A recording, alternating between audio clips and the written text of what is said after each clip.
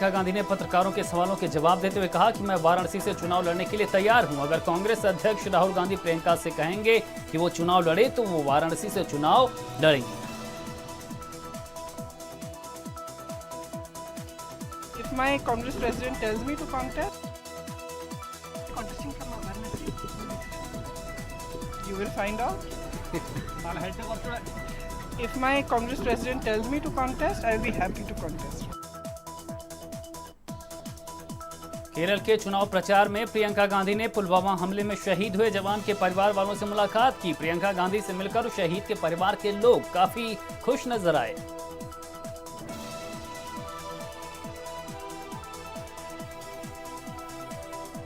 गोंडा में चुनावी जनसभा को संबोधित करते हुए यूपी प्रदेश सरकार में मंत्री अनुपमा जायसवाल ने विवादित बयान दिया। विपक्ष की तुलना गधा, घोड़ा, खच्चर जैसे जानवरों से की। नदी के एक छोर पर घोड़ा, गधा, बिल्ली, खच्चर सब पानी पी रहे हो तो समझ लेना कि दूसरे वाले छोर पर शेर पानी पी रहे हैं। ये शेर के दम से हुआ है। मुरादाबाद में सिद्धू ने चुनावी जनसभा में बीजेपी और पीएम मोदी पर सरकारी कंपनियों को नुकसान पहुंचाने और घाटे में भेजने का आरोप लगाते हुए कहा कि पीएम मोदी ने बीएसएनएल जैसी सरकारी उपक्रम को बचाने के लिए कुछ नहीं किया, न बोल रहे हैं। वहीं जियो जैसी प्राइवेट कंपनी के लिए प्रचार करते हुए जियो दन कर रहे हैं। बीएसएनएल 5,50,000 करोड़ का इंफ्रास्ट्रक्चर है बीएसएनएल का, तुमने बीएसएनएल को 4G नहीं दिया, 8,000 करोड़ के घाटे में लाके खड़ा कर दिया और तुम फोटो खिंचा के हंसता हुआ दुलानी चेहरा प्रधानमंत्री का फोटो खिंचा के तुम जियो दंदनादन कर रहे। मुरादाबाद में कांग्रेस नेता सिद्धू ने राफेल के मुद्दे पर पीएम मोदी पर सीधा निशाना साधते हुए कहा कि पीएम मोदी 2014 में आए थे तो गंगा के लाल बन के यूपी में, पर 2019 में जाएंगे राफेल के दलाल बन के। 30,000 करोड़ रुपए तुमने इस देश की राष्ट्रीय सुरक्षा के साथ खिलवाड़ करके 30,000 करोड़ रुपए तुमने अंबानी की जेब में डाले। तुम वहां फ्रांस में जाकर उसे ऑफसेट पार्टनर बना के आए। हिंदुस्तान की आर्मी और नेगोशिएटर्स नहीं, अंबानी ने वहां जाके एग्रीमेंट एमओयू साइन किया। नरेंद्र दामोदर दास मोदी आए थे 2014 में तुम गंगा के लाल बन के और 2019 में छाव के राफेल के दलाल बन के। मुरादाबाद में कांग्रेस प्रत्याशी इमरान प्रताप गढ़ी के लिए चुनावी जनसभा को संबोधित करते हुए नवजोत सिंह सिद्धू ने पीएम मोदी को बहस की खुली चुनौती देते हुए कहा कि पीएम मोदी गरीबों और देश के मुद्दे पर मुझसे बहस करके दिखा दे। अगर मैं बहस में हार गया तो राजनीति से संन्यास ले लूंगा। चुनौती देता हूं नरेंद्र भाई मोदी, यदि तुम में दम है, हिंदुस्तान के किसी कोने में, यूपी के किसी कोने में तुम्हारे घर में बाहर आ जाता हूं और मुझसे बहस कर लो कि तुम गरीबों के हो या अमीरों के। यदि मैं हार गया तो राजनीति सदा के लिए छोड़ के चला जाऊंगा।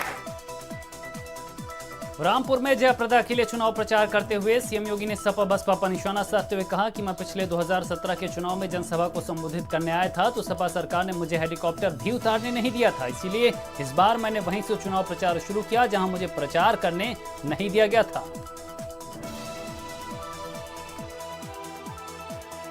याद है मैं पिछले विधानसभा चुनाव में सरदार बलदेव सिंह औलख जी के यहाँ सभा करने के लिए आया। समाजवादी पार्टी की सरकार ने मुझे यहाँ पर हेलीकॉप्टर की लैंडिंग कर दी और तब मैंने टेलीफोन से सभा को संबोधित किया। और भाइयों बहनों, आज मैं इसीलिए जब रामपुर में आया हूं तो मैंने कहा पहली चुनावी सभा में बिलासपुर से ही करूंगा, उसी स्थान पर करूंगा जहां 2017 में मुझे रैली नहीं करनी है। रामपुर में बीजेपी लोकसभा प्रत्याशी जयप्रदा के लिए चुनावी जनसभा को संबोधित करते सीएम योगी ने कहा कि उनकी सरकार ने एंटी रोमियो स्क्वाड का गठन आजम खान जैसे लोगों की जुबान पर लगाम लगाने के लिए ही किया था।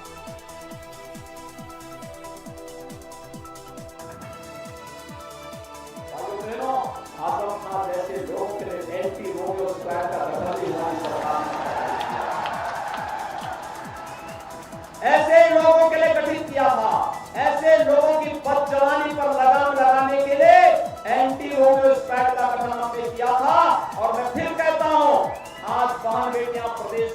पहले से ज्यादा सुरक्षित है।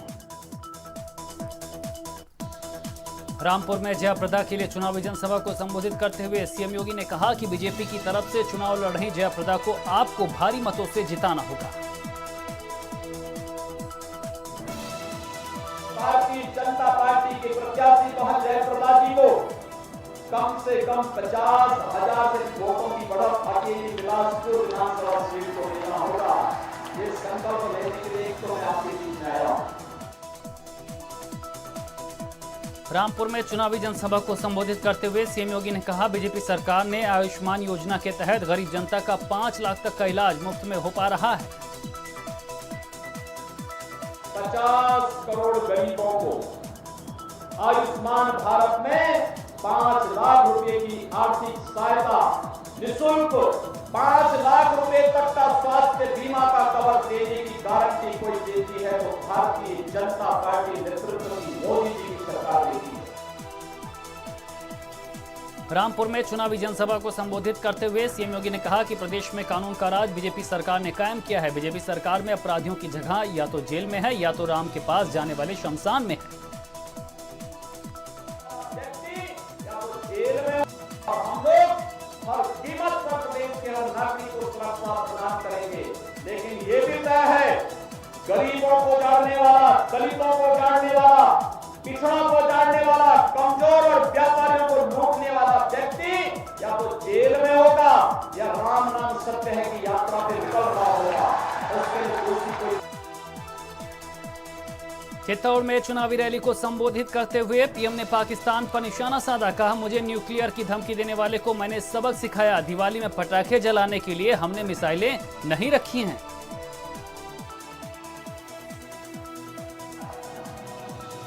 भारत ने पाकिस्तान की धमकी से डरने की नीति को छोड़ दिया। ये ठीक किया ना मैंने, वरना आए दिन हमारे पास न्यूक्लियर बटन है, न्यूक्लियर बटन है, यही कहते थे। हमारे अखबार वाले भी लिखते थे पाकिस्तान के पास भी न्यूक्लियर है। तो हमारे पास क्या है भाई? ये दिवाली के लिए रखा है क्या? पीएम मोदी ने गुजरात में चुनावी जनसभा को संबोधित किया। पीएम मोदी ने गुजराती में जनता से बात भी की।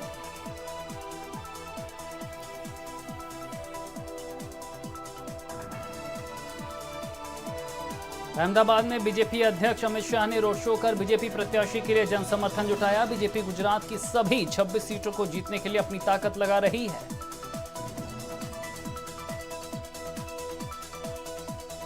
पूनम सिन्हा लखनऊ लोकसभा सीट पर अब तक हुए चुनाव में सबसे धनवान प्रत्याशियों में से एक हैं। पूनम की चल और अचल संपत्ति करीब 81 करोड़ रुपए की है। पति शत्रुघ्न सिन्हा की संपत्ति मिला दें तो दोनों की संपत्ति करीब 2 अरब हो जाती है। केंद्रीय गृह मंत्री राजनाथ सिंह सहित कुल 14 प्रत्याशी ही अब लखनऊ संसदीय सीट के लिए मैदान में बचे हैं। नामांकन पत्रों की जांच के बाद जिला निर्वाचन अधिकारी ने 37 नामांकन पत्रों को खामियों के चलते खारिज कर दिया है। प्रगतिशील समाजवादी पार्टी के प्रत्याशी रमेश ठुकराल का भी पर्चा गलत पाया गया। नामांकन खारिज होने के बाद कई प्रत्याशियों ने प्रशासन पर जबरन पर्चा निरस्त करने का आरोप लगाया। रामपुर में चुनावी जनसभा को संबोधित करते हुए आजम खान ने प्रधानमंत्री मोदी पर निशाना साधते हुए कहा कि मोदी जी सफाई अभियान की झाड़ू आपके हाथ में देना चाहते हैं और मैं आपके बच्चों के हाथों में कलम देना चाहता हूं।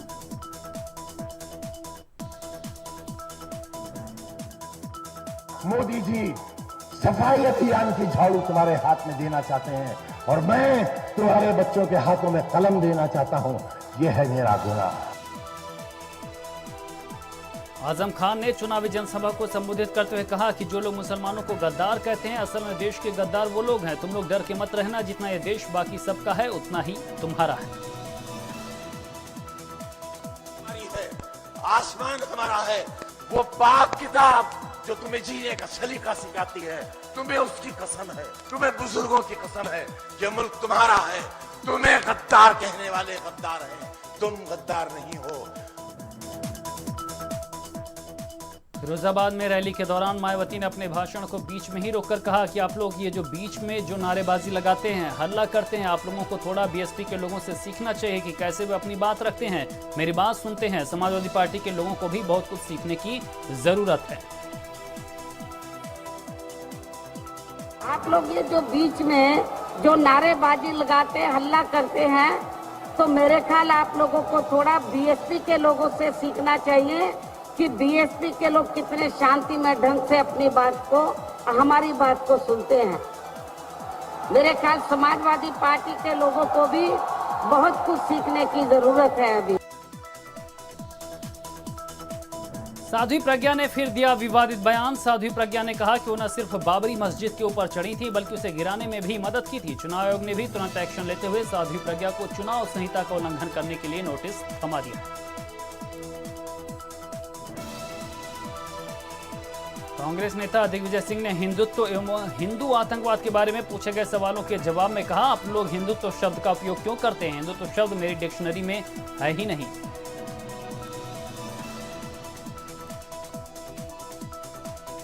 पीयूष गोयल ने कहा कि अमेठी में स्मृति ईरानी राहुल गांधी को हराने जा रही और वायनाड में भी हार होगी, इसलिए चुनाव लड़ने के लिए उन्हें किसी पड़ोसी मुल्क की सीट तलाशनी होगी।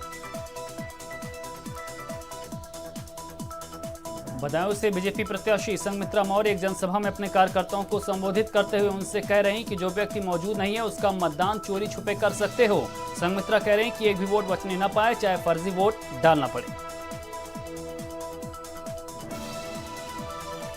कांग्रेस अध्यक्ष राहुल गांधी द्वारा नामांकन के समय दाखिल किए गए हलफनामे पर 4 प्रत्याशियों के अधिवक्ताओं ने गंभीर सवाल खड़े किए हैं। नामांकन पत्रों की जांच के पहले दिन राहुल गांधी के नामांकन के समय दाखिल किए गए हलफनामे पर नागरिकता, नाम और शैक्षिक डिग्री को लेकर लगे गंभीर आरोपों के बीच जिला निर्वाचन अधिकारी ने आगामी 22 अप्रैल को साक्ष्यों को देखने के बाद फैसला लेने की बात कही है। कांग्रेस महासचिव प्रियंका गांधी ने केरल में केंद्र की बीजेपी की अगुवाई वाली राष्ट्रीय जनतांत्रिक गठबंधन सरकार पर निशाना साधते हुए कहा कि लोगों के साथ विश्वासघात किया गया है, जिनके वोट की बदौलत वो सत्ता में आए थे। साथ ही उन्होंने ये भी आरोप लगाया कि एनडीए सरकार ने पिछले 5 साल में देश को सिर्फ बांटने का काम किया है।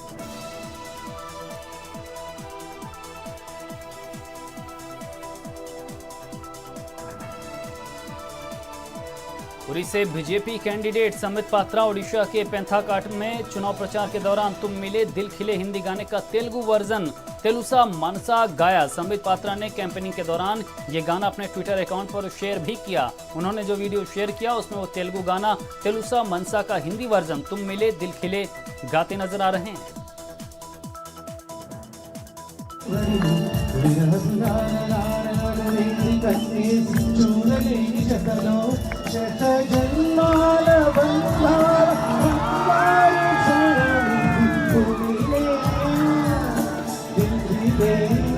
और जीने को क्या चाहिए, हाँ तेलुसा मनसा दिए राही अनुबंध हो।